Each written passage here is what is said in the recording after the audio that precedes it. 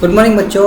आज हम आपके सामने लेकर के आए हैं नेक्स्ट पार्ट और आशा करते हैं इसे भी आप बड़े अच्छे से समझेंगे। जैसे कि आपने पहले वीडियो को माध्यम से अपने अच्छा समझा होगा, आपको समझ आ गया होगा, तो आशा करते हैं ऐसे भी आप लोगों को ये भी समझ में आएगा। चलिए देखते हैं हम आगे क्या होता है। कि उस समय मैं आपको पहले तो पीछे का रिवाइज कराना चाहता हूँ। उस समय क्या होता है, जिस समय बड़ी बड़ी लहरें जब वो आ रही होती हैं और उसके जहाज़ पर वो बार बार जो टकरा रही होती हैं, तो उसका जो जहाज़ है उसकी जो कुछ चीज़ें हैं वो टूट जाती हैं। मतलब ऐसे समझो कि खोखला रह जाता है, बस वो खांचा बना हुआ रह जाता है, जिसे हम बोलते हैं जैसे कंकाल टाइप में केवल वो बना रह जाता है, बाकी वो अधिकतर टूट जाता है सारा। तो उस समय वो से क्या होता है, क्या समझ आता है और किस तरह से उसका वो सामना कर रहा है। चलिए देखते हैं आगे क्या होता है उसके साथ। तो उसने आगे कहा, then I remembered we had another electric pump under the chart through the floor. I connected it to an output pipe and was thankful to find that it worked। पहले हम इसका मीनिंग देखते हैं। ड्रैग्ड ऑन का meaning होता है हमारा went on to long, यानी कि बहुत लंबी खिस्ती चली गई, वो कहना चाहता। और मेडे कॉल्स का मतलब सॉस कह लीजिए या distress call given by a ship to secure help from other ship nearby. तो ये कहते हैं नज़दीकी जहाज़ों से सहायता मांगने के लिए सूचना। जो सॉस किया जाता है या मेड कॉल जो हमारी होती हैं, वो एक नज़दीकी जहाज़ जो उसके पास में होते हैं तो उनसे सहायता मांगने के लिए कहा जाता है। तो वो उस समय जो जहाज़ है जब उसका इस लहरों से इस तरह से हो रहा होता है, तो वो क्या कर रहा होता है कि उनसे जो दूसरे नज़दीकी जहाज़ उसे वो दिखाई दे रहे होते हैं, तो उनसे वो सहायता मांगता है कि आप मेरी सहायता करिए। तो उसे रिमोट, ये डिस्टेंस होता है, रिमोट का मतलब होता है डिस्टेंस, इसका दूरस्थ होता है, वो दूर दिखाई देता है। तो वो रिमोट देखिए, जैसे कि हम लोग प्रयोग करते हैं रिमोट का, जब आप लोगों टीवी सीरियल को जैसे चलाते हैं, टीवी को अपनी चलाते हैं या एलईडी को चलाते हैं या कोई भी चीज़ को जब हम चलाते हैं तो उसमें रिमोट होता है। तो रिमोट का मतलब होता है दूर, वो दूर से इसको कैच करता है। तो उसकी हम बात करें तो यहाँ वो रिमोट का मतलब होता है डिस्टेंस के लिए, डिस्टेंट के लिए होता है। ये डिस्टेंट है और ये दूरस्थ होता है, इससे दूर की बात करते हैं हम लोग। तो आगे देखिए, चलिए देखते क्या कहता है। उसने कहा देन, तब आई रिमेंबर्ड, तब मुझे याद आया। उस समय ये उसे याद आता है जिस समय वो जो लहरें हैं तो वो बार बार जो टकरा रही होती हैं, तो तब उसके समझ में आता है कि एक इलेक्ट्रिक पंप है और जो रखा हुआ है वो जो ख़राब हो गया है, तो उसे चाहता कि वो उस इलेक्ट्रिक पंप को वहाँ से वो चालू करे। तो उसे याद आता है। तो देन आई रिमेंबर्ड कि तब मुझे याद आया क्या, we had another electric pump, कि हमारे पास दूसरा भी एक इलेक्ट्रिक पंप है। तो under the chart room floor, और वो उस मानचित्र कक्ष के जो नीचे वो रखा हुआ है। तो उसने कहा आई कनेक्टेड इट, कि मैं उसको उसमें जोड़ देता हूँ। कनेक्टेड का मतलब होता है जोड़ देना, कि मैं उसमें उस पंप को जोड़ देता हूँ। और टू एन आउट पाइप, बाहर पाइप की ओर, and was thankful to find, और उसका मैं धन्यवाद देता हूँ जो वो मुझे मिल गया था, दैट इट वर्कड, उसे काम करने में। तो उसे ये भी कहता है कि मैं इससे जो पानी है, जो इसे पानी बाहर करने का एक पाइप से जोड़ देता हूँ कि यहाँ से जो पानी है वो बाहर की ओर चला जाएगा। और इसे काम करता हुआ देखकर बड़ा प्रसन्न हुआ, और जब वो काम करेगा इसमें तो काम करके बड़ी प्रसन्नता होगी। तो इस प्रकार क्या करता है, तो एक वो कनेक्ट कर देता है, उसको जोड़ देता है, it end an out pipe, उसे बाहर के एक पाइप से उसको जोड़ देता है। और वो उस काम करते हुए पाइप को, मतलब जो एक इलेक्ट्रिक पंप होता है, जब वो काम करना शुरू कर देता है, जब उस कार्य करते हुए उसको देख करके वो बड़ा खुश होता है, उसका वो धन्यवाद भी करता है, thankful to find that it worked. तो उसे ऐसा देख करके, काम करता हुआ देख करके बड़ा प्रसन्न होता है। आगे देखिए क्या कहता है। तो सू था, सू का जो सर था, सू हैड द स्वोलेन का मतलब तो है हमारा सूझ जाना। और अलार्मिंगली का मतलब हमारा होता है कि जब कोई भी खतरे का घंटी होता है, मतलब इस तरह की बात करता है alarmingly. She had two enormous black eyes and no, she showed us a deep cut on her arm when I asked my, she, उसने कहा I asked why, She had not made more of other injuries before the sea replied. I do know I didn't. यहाँ didn't का मतलब था did not. I didn't want to worry you when you, उसने कहा you when you were trying to save us all.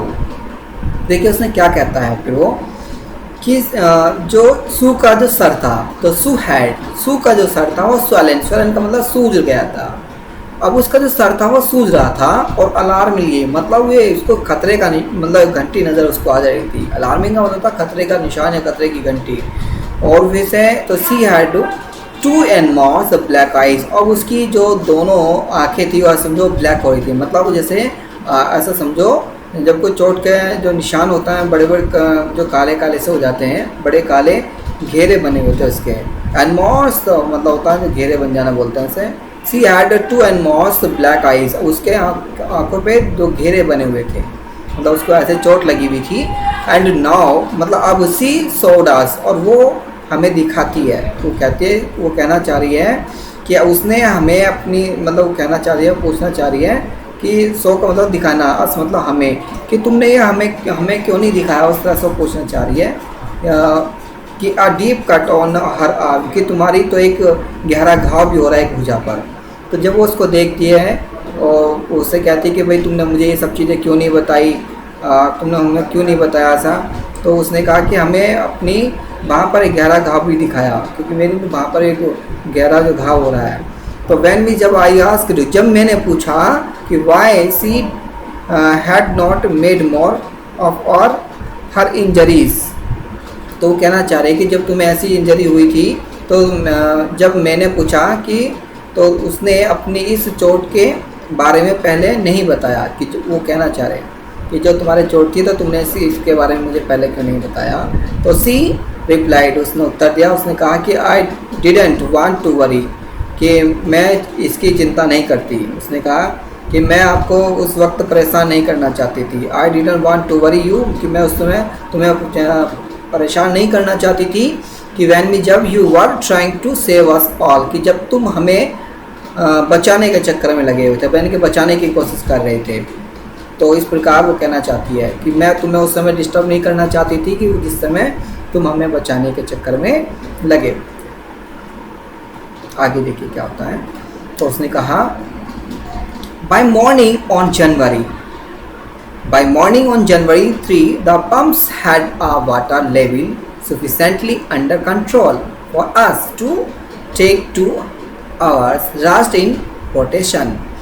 अब के morning में यानी कि उस सुबह में बात कर रहा है, अभी तो पहले इसको पढ़ लेते हैं फिर उसके बाद हम हो जाते हैं। बट लेकिन we still had a tremendous the leak somewhere below the water line, and on checking I found that nearly all the boat's main rib frames were smacked down to nil.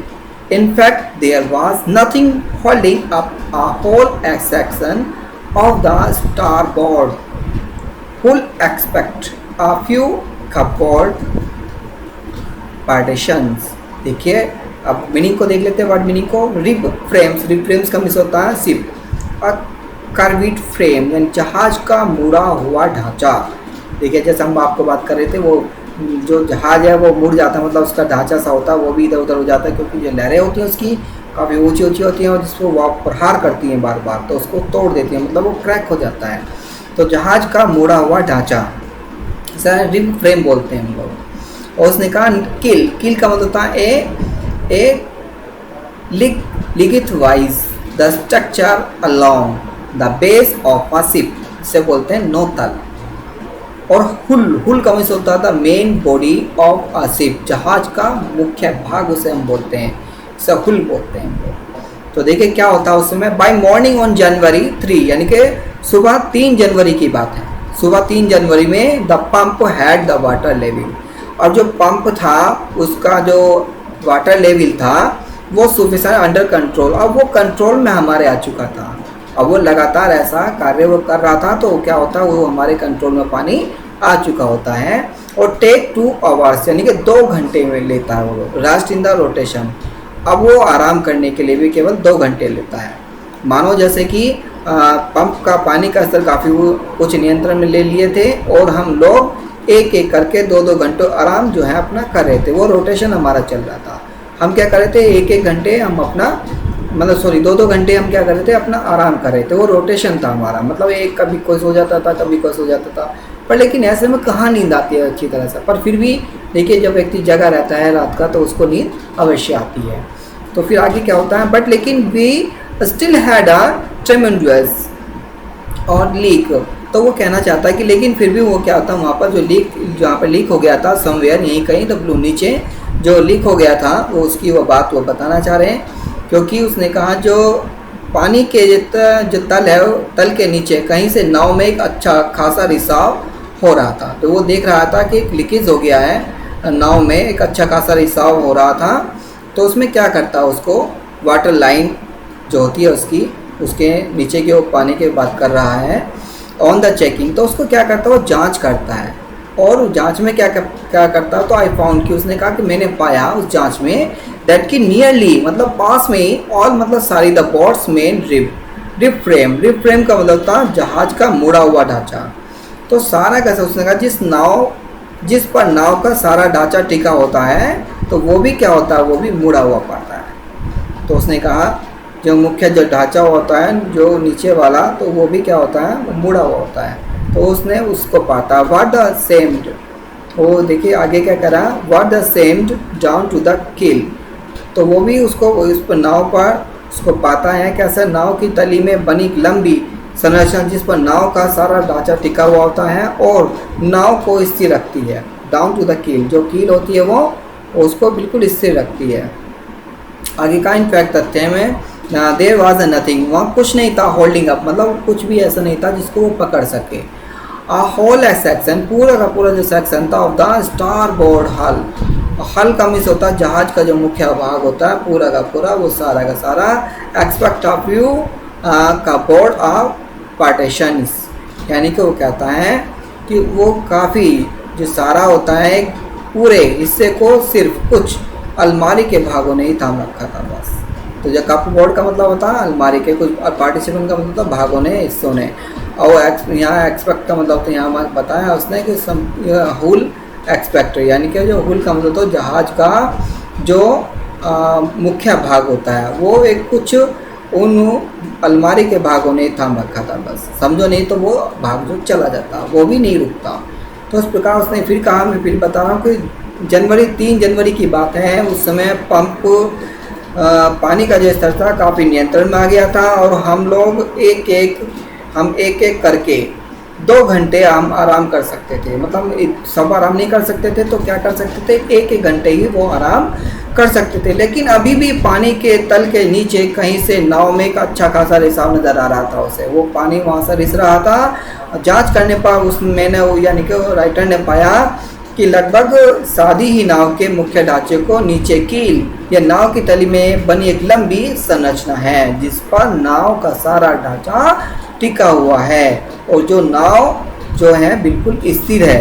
तो उसने ये भी कहा काफ़ी क्षति पहुंचती थी इससे। तो उसने वास्तव में कहा कि नाव के दाईं तरफ के पेटे, नाव का मुख्य भाग जिसका बड़ा हिस्सा पानी के अंदर रहता है, तो वो पूरे हिस्से को सिर्फ कुछ अलमारी के भागों ने ही उसको रोक रखा था, नहीं तो वो भी नहीं रुकता। तो इस प्रकार ये आप लोगों को यहाँ बताया गया है।